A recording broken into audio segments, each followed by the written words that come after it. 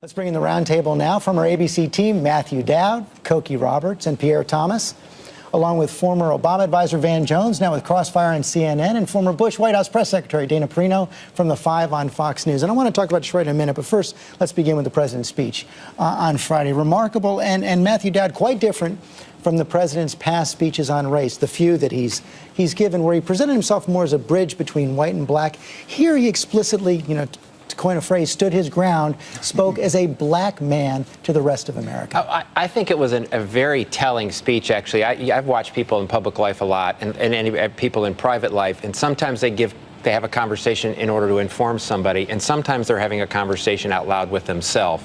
I thought a big part of his speech was something that he's been dealing with over the course of his years in public life, trying to grasp with where he is in all of this process. Obviously, he wanted to communicate. One of the things that I thought was a beautiful line in the speech said, if you want to honor Trayvon Martin, then violence isn't a way to honor him. So I thought he wanted to quell some of that and put that. But I think it was really a personal speech about his evolution, about where he is as a person, what he struggled with, and finally, I think, freeing himself from some of the things he thought he had to do in order to be successful and say, like, here's my evolution in this process. He doesn't have to run away from race anymore. But Van Jones, some of the president's critics in the African-American community, including Tavis Smiley, Cornel West, and others, say it's too little too late. The president hasn't spoken out enough on these issues, hasn't done enough.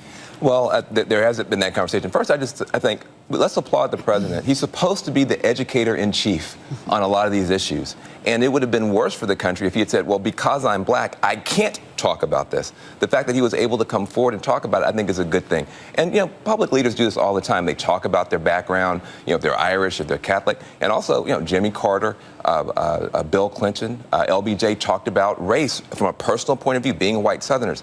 And so he talked about it, and the Republic still stood. That's a good thing. That's a good thing, because people, I think, were afraid if he talked about it as a black man, we'd all fall apart. We didn't. That's a good thing. There's other good things, too. You mentioned violence. There's been none.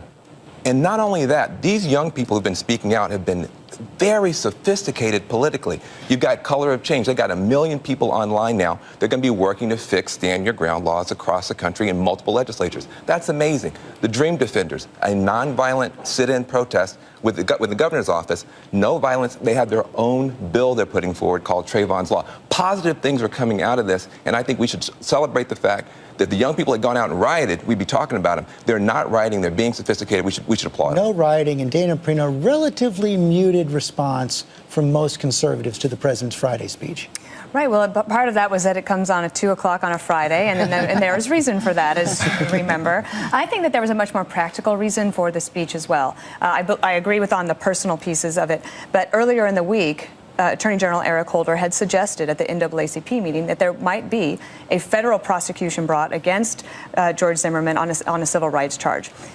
With the burden of proof being even higher for the federal government to bring something like that, when the state government couldn't meet its burden of proof, it is unlikely that that case, if it had gone forward, would have been able to be successful. So I think what President Obama did practically was on Friday afternoon say, I know you're going to get together tomorrow.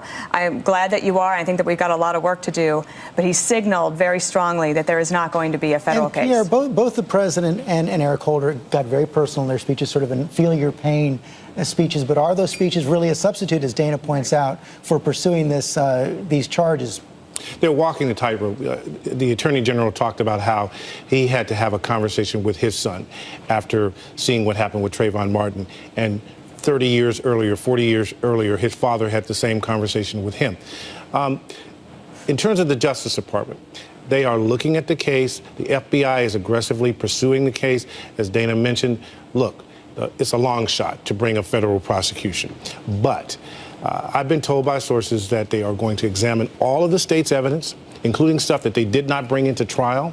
They will look at it. For example, the gun is not going anywhere. Mr. Zimmerman is earlier we thought he was going to get it. Right. He's not getting the gun because it's evidence and they want everything on hold. And I will say this, even though it's a long shot, it's a heck of a thing to have the FBI really pouring into your background and looking at you in the way that they are going to do over the coming weeks. But again, long shot. Okay, and Cokie, the president probably had to give it for other reasons politically as well. He couldn't be silent. He couldn't be silent. Yeah. I mean, that is absolutely right. Look, whatever the evidence was, whatever the legality was of this case, The bottom line is a boy was walking home from the store and ended up dead. And that is what has such outrage in the African American community, and understandable. Why wouldn't you be outraged? This child was killed. And the president really did have to address it. I think his own children probably weighed in. When I was interviewing the First Lady in Africa 10 days or so ago, she said, you know, I don't land on him, but the kids do. And that's typical for a politician's family. And so I think that they probably said, Dad, you have to talk about this. It's all anybody at school is talking about. I think you're exactly right. Now, where does this all go from here? The president was sort of refreshing in saying he didn't want to call for this formal conversation because he knows what can happen when presidents have done that in the past. He says it gets stilted and awkward, but we are going to have these debates about stand your ground, whether or not it's actually reduced violence or increased it. It's, you know, well, it definitely. It's shootout at the OK Corral. Well, I think the president understands what the situation that he faced, which is a huge part of the public looks at institutions through their prism of their own belief system. So he understands that we can't go have a system where 6 women in a court case where evidence was presented by both sides make a decision that somebody's not guilty and then undermine that because he's having to deal with that at the federal government level. So I think he's got to be very careful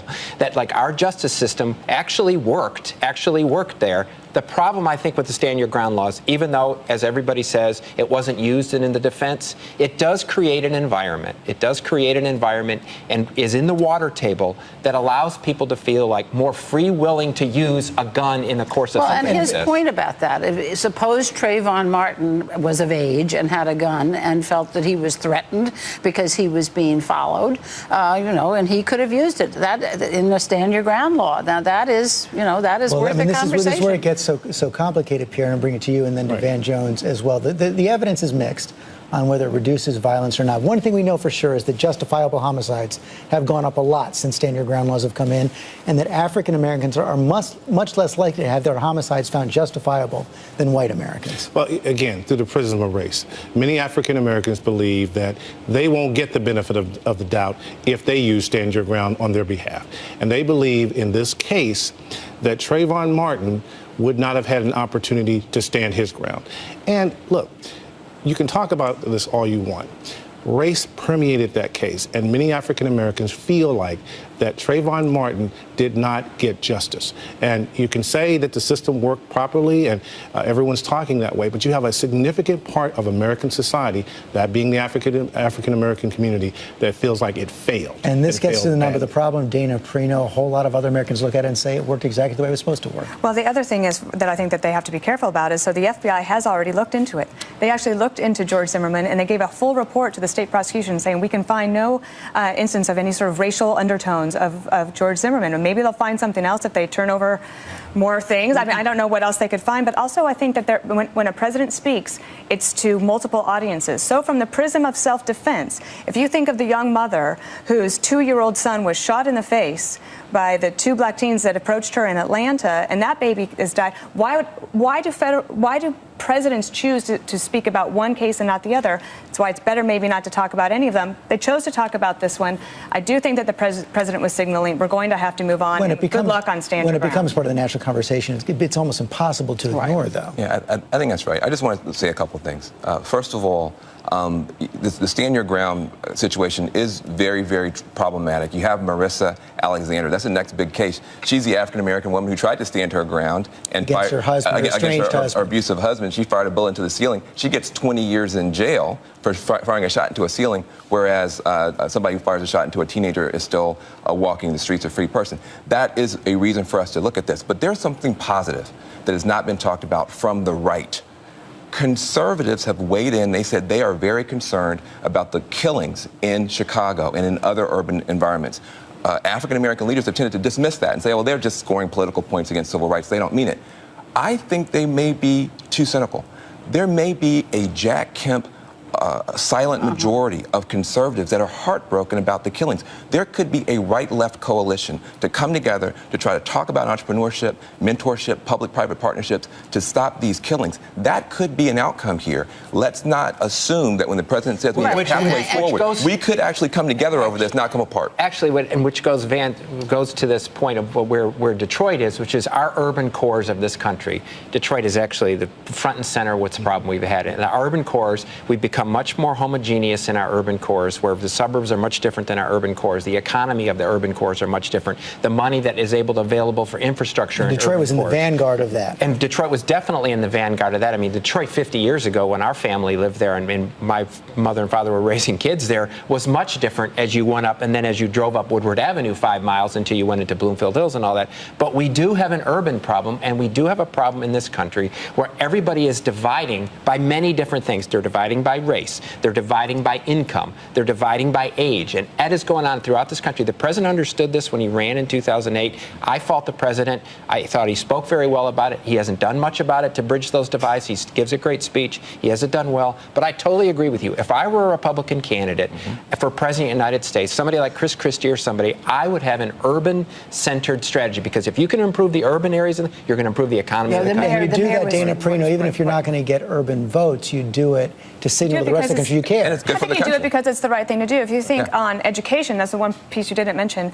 George W. Bush, when he runs on No Child Left Behind, that wasn't about schools in the suburbs and rural areas. That was about urban schools and about the soft bigotry of low expectations of African American and Hispanic students. But I think it's also, you talk about we're divided along these lines, but we're less divided than we used to be. And the president talking about his daughters, yes, and a more perfect union. We have intermarriages have doubled in the last 30 years, interracial marriages. And, you know, and the new marriages, it's 15%. So you start to see people mingling in ways that was just never the case But I before. think we have a huge class distinction that's grown and grown and grown. And to me, the Trayvon Martin situation has more to do with class than it has to do with race, in my view. Because I think what happens in this country, anybody from a lower class, think about the 3 women in Ohio that were basically kidnapped, and because they came actually from a different class, nobody really looked for them. Nobody really, and the health care that different classes get is totally different. So I think maybe we're less divided on race in this country, maybe, but our class distinction will become more profound. Pierre, you get the last word here. You know, the country is growing in terms of race relations, but going back to those urban corridors, major cities across the country, there's a group of people that have been largely forgotten, period. Great discussion. Everyone stick around. We have a lot more to come.